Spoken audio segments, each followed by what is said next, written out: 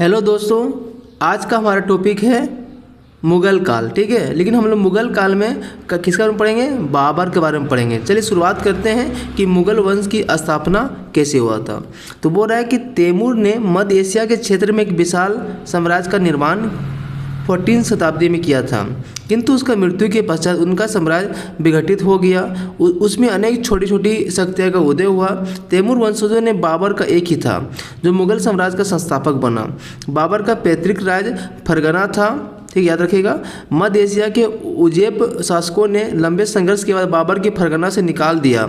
बाबर 1504 ईस्वी में काबुल का राज जीत लिया और कुछ समय बाद गंधार एवं समरकंद की विजय भी सफल हुआ। हालांकि दोनों ही विजय क्षणिक सिद्ध हुई। तत्पश्चात बाबर ने दक्षिण पूर्व की ओर अर्थात भारत की ओर अपना ध्यान केंद्रित किया।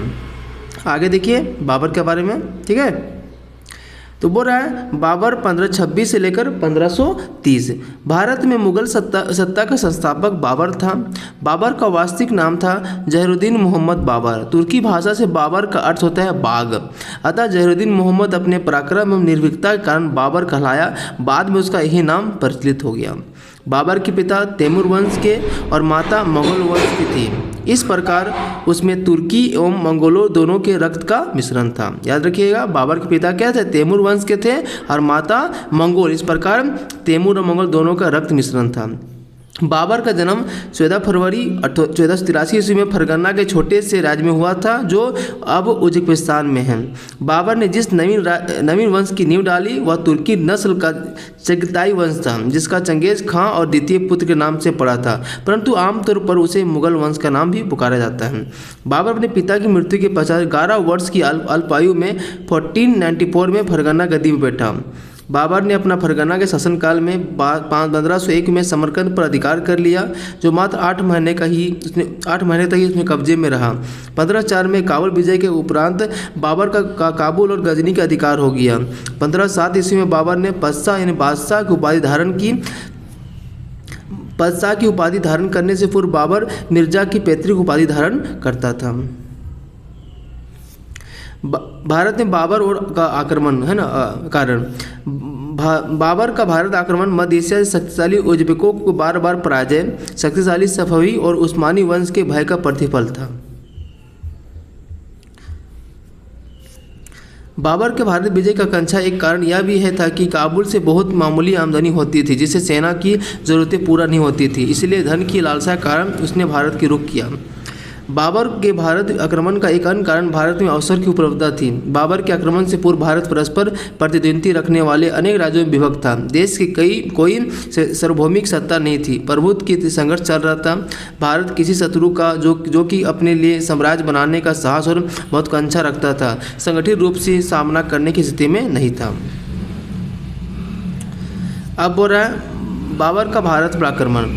बाबर का भारत के विरुद्ध किया गया प्रथम अभियान 1518 से 1519 में ही हुआ था। को किसको हुआ था?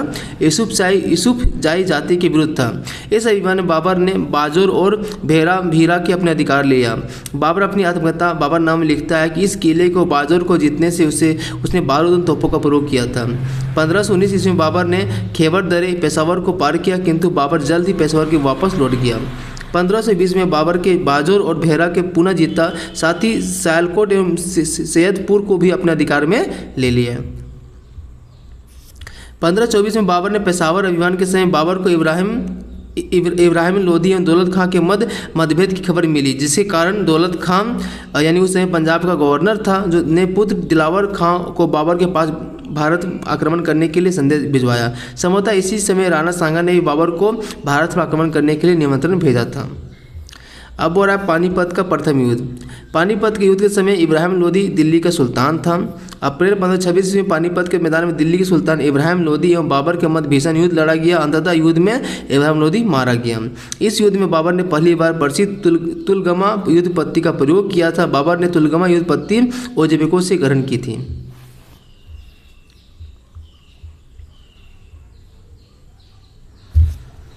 इस युद्ध में बाबर ने तोपों को सजाने में उस्मानी पद्धति रूसी विधि का प्रयोग किया था। इस पद्धति में दो गाड़ियों के बीच व्यवस्थित जगह छोड़कर तोप को रखकर चलाया जाता था। पानीपत के युद्ध में बाबर तोपखाने का नेतृत्व उस्ताद अली खां और मुस्तफ़ा खां नामक 2 योग्य अधिकारियों ने किया था। पानीपत के युद्ध में इब्राहिम लोदी हार से भारत में अफगान शक्ति छीन हो गई। युद्ध के पश्चात दिल्ली और आगरा समेत लोधी साम्राज्य के समस्त भागों में बाबर ने अधिकार कर लिया। भारत विजय के उपलक्ष्य में बाबर ने प्रत्येक काबुल निवासी को एक चांदी का सिक्का उपहार स्वरूप प्रदान किया था। अपनी इस उदारता के कारण उसे कलंदर का उपाधि दी गई। इस युद्ध में विजय के श्रेय बाबर ने अपने धर्मधरियों को दिया था। खानवा के युद्ध के मुख्य कारण बाबर का पानीपत युद्ध के पश्चात भारत में रहने का निश्चय था। राणा सांगा की धारणा यह थी कि बाबर भी अन्य विदेशी आक्रमणकारियों की भांति देश को लूट कर वापस चला जाएगा। संभवतः इसी कारण उसने इब्राहिम लोदी के विरुद्ध बाबर की सहायता देने का आश्वासन किया था। खानवा के युद्ध चित्तौड़ के राजपूत नरेश, राणा सांगा और बाबर के मध्य लड़ा गया था। मार्च 1527 ईस्वी में राणा सांगा और बाबर की सेनाओं के बीच युद्ध आरंभ हुआ। खानवा के युद्ध में भी पानीपत युद्ध की रणनीति का उपयोग करते हुए बाबर ने राणा सांगा के विरुद्ध एक सफल युद्ध रणनीति तैयार की। बाबर की आत्मकथा बाबर नाम में राणा सांगा और बाबर ने इस युद्ध को विस्तारपूर्वक वर्णन किया है। खानवा का युद्ध, राणा सांगा की हार हुई। खानवा के युद्ध को जीतने के बाद बाबर ने गाजी की उपाधि धारण की। खानवा के युद्ध में बाबर ने शराब के प्रयोग और पूर्ण प्रतिबंध लगाने के साथ जिहाद का भी नारा दिया। खानवा के युद्ध में अपने सैनिकों के मनोबल बढ़ाने के लिए बाबर ने मुसलमानों को वसूल किए जाने वाला तमगा व्यापारी कर समाप्त कर दिया। अब बोल रहा है चंदेरी की विजय जनवरी 1528 ईस्वी में। मालवा और बुंदेलखंड की सीमा पर स्थित चंदेरी व्यापार और राजनीति की दोनों दृष्टि से महत्वपूर्ण था। मालवा और उत्तर भारत को जोड़ने का मुख्य सड़क यहाँ से गुजरती थी, अतः इसको विजित करना बाबर के लिए आवश्यक था। जनवरी 1528 ईस्वी में चंदेरी का युद्ध बाबर और चंदेरी के शासक मेदिनी राय के बीच हुआ। इस युद्ध में मेदिनी राय पराजित हुआ तथा हजारों संख्या में राजपूतों का कत्ल किया गया। यह विजय बाबर के लिए मालवा जीतने हेतु सहायक सिद्ध हुई। अब हो रहा घाघरा का युद्ध 1529 मई में। बाबर ने मई और 1529 में घाघरा के युद्ध में बिहार तथा बंगाल के संयुक्त अफगान सेना को पराजित किया, जिसका नेतृत्व महमूद लोदी किया था। इन युद्धों में पश्चात बाबर का भारत का स्थायी रूप अधिकार हो गया। इस प्रकार बाबर का साम्राज्य बदखां से बिहार तक फैला था, जिसमें काबुल, पंजाब, आधुनिक उत्तर प्रदेश का क्षेत्र भी सम्मिलित था। अब हो रहा है बाबर की मृत्यु। 26 दिसंबर 1530 ईस्वी में बाबर की आगरा मृत्यु हो गई। बाबर केवल 4 वर्ष भारत तक शासन कर सका। बाबर की मृत्यु के बाद उसके शव को आगरा के आराम बाग रखा गया, किंतु बाद में बाबर के अंतिम इच्छा अनुसार उसका शव काबुल में जाकर दफनाया गया, जहां उसका मकबरा बना हुआ था। बाबर का मूल्यांकन। बाबर योग